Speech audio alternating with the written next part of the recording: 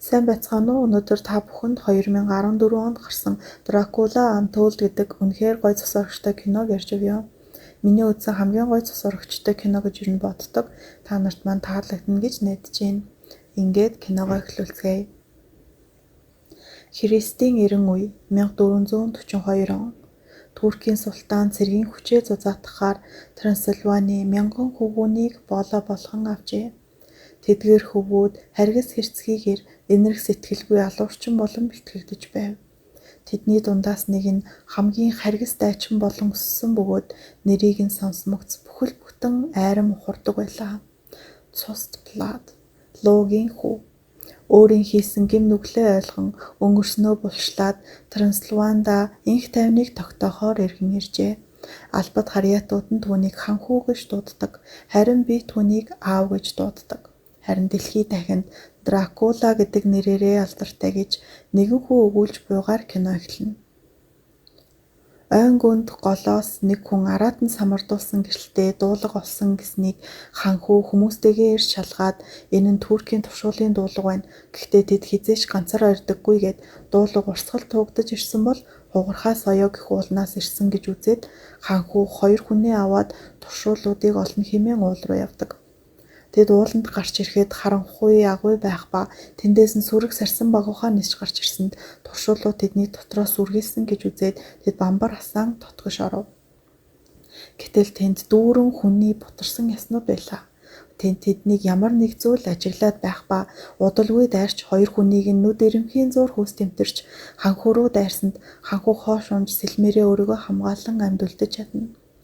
Гэхдээ тэр үл мэдэгдэх зүйлийг хальт харж амжихаас гадна сэлмэн дээрх цусны нарны гэрэл замхан алга болохыг харна. Тэгээд тэр буцаж ирээд номлогчоос энэ талаар асуугаад агууд буй зүйлэн цус сурагч бөгөөд нэгэн цагт хүн байсан ч чөтгөртөө наймаалцснаар үрд харанхуй агууд гацсан. Хин нэг нь ирж түүнийг суллах хүртэл тэр тэнд байх болно гэдгийг сонсдог. Ханхүү номлогчд үүнийг нууцлахыг хүсээд гэртээ харина.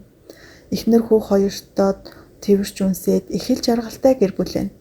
Нэг л санаа зовсон байгаа тэрнийг эхнэр нь хараад юу болсныг асуусан ч тэр түнд үннийг хэлдэггүй. Маргааш нь улаан өндөгний баяр болж танхим дөрөн хүмүүстэйгээ баярлаж байтал туркчууд дайран орж ирээд алб говчуураас гадна мянган эрэгтэй хүүхдийг айрамд элсүүлэхээр өгөхийг султан шаардсан гэдгийг дуулгаад уур амьсгалыг эвдээд гараад явна. Хүүн хөрхий та намайг султанд өгөх үү гэж л асууж байна. Тэгээд ханхүү маань эхнэрийнхээ зөвлснөөр Туркийн султантай уулзгаар явна. Ханхүү султан хоёр нэгэн цагт Туркид хамт ах дүү шиг өсч торинсон учраас түүнийг ятгах чадна гэж найджээ. Гэтэл тэр тийм хайр байхгүй гэсэнд ханхүү тэгвэл оронд нь намайг ав гэсэн ч тэр ямар ч найраагүй мянган хүүхэд нэхэж бүр түүний хүүг өөртөө аавна гэж тулгадаг. Энэхүү сонголтгүй болсон тэрээр дайн болохгүй тулд эхнэр хүүхэд хоёроо авчруулж туркуудад хүүгээ өгөхөөр шийдсэн байсанд эхнэр нь хүүгээ өгөхгүй хэмээн эсэргүүцнэ. Гэтэл хүүн аавыгаа бахархуулахаар туркууд руу явна гэсэнд аав нь хүүгээ өгч чадалгүй эцсийн мөчөд хүүгээ цугтаалхан Туркийн элч нарыг алчдаг. Энэхүү энэ нь Турктэй дайн эхлүүлсний дохой байлаа. Туслах нь энэ бол дайны зарлан боллоо. Одоо өнгөрсөн. Та биднийг ганцаараа хамгаалж чадахгүй гэсэнд ханхүү нэгийг сэтгэн хугархаа соёо уул руу дахиад явчихдаг. Агуй доод жиртэл нөгөө цус сорогч өмнө нь хинч амьд гарч байгаагүй, эргэж ирж байгаагүйгээд түүнд өөрийгөө үзүүлж түүнээс итгэл найдвар мэдэрч байгаагаа хэлнэ. Тэгээд түүнд хүч хэрэгтэй байгааг мэдсэн цус сорогч өөр шиг нь хүн ирж өөрийг нь чөлөөлөхийг хүлээж байсан гэдгийг хэлээд түүнд цуснасаа өгдөг. Энийг уувал чи 100 хүн шиг хүчтэй, шүнийг удирдах, харавсан сүм шиг хурдтай бүх аратныг эзэн сууж тэдний мэдрэмжээр мэдэрч чадна, шархаач эдгэж чадна. Гэхдээ чи цусан шунан улгасан. 3 хоног тэсвэл хүн хэвэндээ үлдэнэ. Харин тэсээгүй бол би чөлөөлөгдөж чи над шиг болно гэж хэлдэг. Тэгсэн ч ямар сонголтгүй болсон байгаа ханхүү маань эргэлдсэн ч цусыг ууж орхино. Тэгээд манраад ухаан алдчихдаг. Яасан бүүмэд ханхүү гол дотор сэрдэг ба гаран дах мөнгөн бөгч нь арсыг нь түлж байгааг мэдээд аваа шичгэнэ. Цус сорогчд мөнгөн эдлэлд мэдрэгэж. Гэтэл тэр чулуу бутлан хүчтэй болчихсон бүх дуу чимээ түнд маш тод сонсогдож бүх амьтдыг харж тэнгэрийн од гариг хэрэгсийг хүртэл үүлийг нэвтлэн харж царсан багвахаа болон нисдэг болжээ. Энэ үед туркууд аль хэдийн ирчихсэн тэдэн рүү буугаар галлаж байх ба ашиггүй эхнэр хүүхэд нь зүгээр байлаа. Яхаа мэдгүй байгаа ард иргэд нь шаалцгаахад тэр ханхүүгийн хуваар улсаа хамгаална гэд ганцаараа цэргүүдийн өөдөөсжиж бүгдийг нь хүйс тэмтэрч цус болоодын хүчийг дахин нэг харуулдаг. Хүмүүс нь үүнийг хараад бүр шок.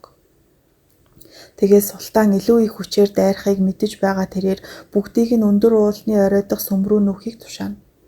Булаад ханхүү 1000 цэргийг нь хүйс тэмтэрснийг мэдсэн султан 100 мянган цэрэгтэйгээ өөрөө удирдаж очино.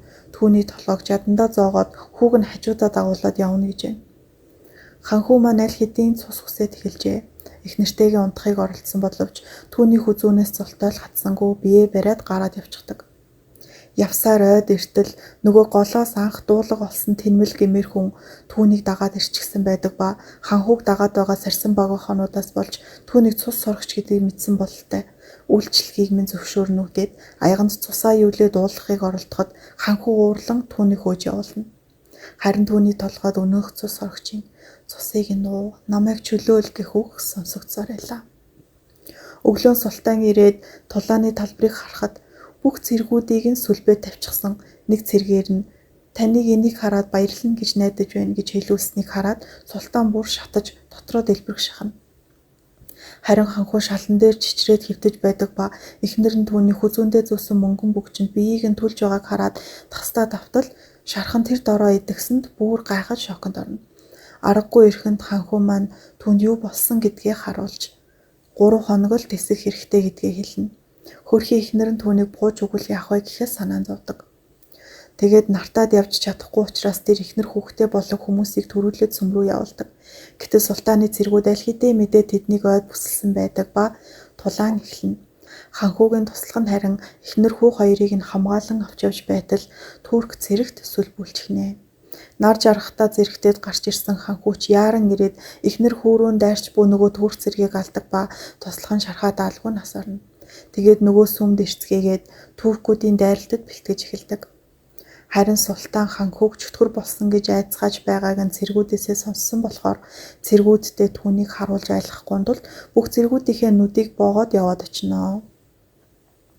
Харин манай талд нөгөө номлогч ханхүүг нарнаас зүгтэж зөвхөн сүүдрээр алхад байгааг анзаарч сэлэн барьж очиод үннийг нь мэдснээ хэлээд таныг алахыг зөвшөөрөөч гэж авна. Тэгснээ хөшгийг хүү татаад наран төлөгдөж орилж байгаа ханхүүг бүх хүнд харуулсанд хүмүүс түүнийг чөтгөр юм байна, түүнийг устгахыг хэмээн орилолдож түүнийг шатаадаг. Гэтэл Дракула юу гэж ингэж өгөхөв? Хар утаа монрон тэнгэр бүрхэж ханхүү алхаад гараад ирэхдээ зэрэгцэн шархан идэгнэ. Тэгээд хүмүүстэй хандан үнэнч байдал чинь энэ үү? Талархсан сэтгэл чинь энэ үү? Тэнгүүд та нар тулалдаж чаддаг болохоро биш, миний ачаар амьд үлдсэн. Би та нарыг хамгаалахын тулд ийм сонголт хийсэн гэж гоморхон хашгирсаар эхнэрийнхөө өмнө ирээд хүүгээ хараад зөөлөрч надад итэг байраа эзэлцгээе гэж хэлээд үргэлжлүүлэн бэлтгэлдээ орно. Хөөрхийн ханхүү маань сүмд ирчихсэн дахиад ганц л өдөр тисээд гарах хүч чадал өгөөж хэмээн залбирч байхад хүүн нэрээд аавдаа санаан зовж тэрнэ. Туркийн айрам ойрхон ирчихсэн байгааг хараад бараг үүр цайж байгаа тул ханхүү санаа зовход эхнэр нь дүүнд урам өгч өхөн өгтлээ хамт тулалтхаа амлана. Ийхүү ханхүү бүх сарсан багуухаануудыг өдөртөн цуглуулад нүдээ бон сүм рүү ирж яваад цэргүүдийг будаа олгож эхэлнэ. Тэгээд өөрөө нисч очиод султаныг алах гэтэл нөгөөх нь султаны хувцсыг өмссөн өөр хүн байхан тэр. Тэр хаана вэ гэж орилохдоо зэрэгцэн туркууд эхнэр хүү хоёр нь байгаа өрөөнд орж ирээд хамгаалагчийг нь алчхна. Харин султан өөрөө цэргүүдийнхээ дунд нуугдаж энгийн цэргийн хувцастай ярьжээ. Эхнэр хүү хоёр нөхрөө хайгаад явж байгаад нөгөө цэргүүд нь араас нь ирээд эхнэрийг нь түлхээд хүүг нь аваад явнаа. Тэднийг хашгирахыг сонссон ханхүү ирсэн ч ихтер нь доошоо унж тэрээр эхнэрийнхээ араас үсрээд барьж авч амжсангүй. Игэл Amazing Spider-Man киноны гонигтай хэсэг давтагдах шиг болно. Харин султан хүүг нь авсан болохоор буцаад явдаг. Хөөрхий хүүн аав ээжигээ харан уйлсаар явна. Үхэж буй эхнэрээ тэрвэн бити үхээчтэй би чамгүйгээр юу ч хийж чадахгүй штэ надтай хамт байгаа ч гэж гуйсаар харин эхнэр нь хүүгээ аврахын тулд миний цусыг сор би угаасаа үхэж байна гэж атгасаар ханхүү маань аргагүй ирэхэд эхнэрийнхээ цусыг сорноо. Ийхүү 3 хоног тисээгүү тул агууд бүү Дракула чөлөөлөгдөж хэдэн мянган жилийн дараа нэг юм өдрийн гэрэлд гарч ирвэ. Харин ханхүү маань жинхэнэ Дракула болж нас барсан эхнэрээ тэврэн хашгирна. Одоо уур омог хүч чадалтан тултлаасан Дракула ханхүү маань өөрийнхөө шархтсан үхэж буй хүмүүст өөрийнхөө цусыг уулган цус орогчийн айран болгон хувиргаж өөрийнхөө дайчны улаан луугийн өмсгөлөө эцэст нь дахин нэг өмслөө. Тэгээд эхнэрээ оршуулж түүндээ хүүгээ аврах болно гэж амлаад дайнд мордов.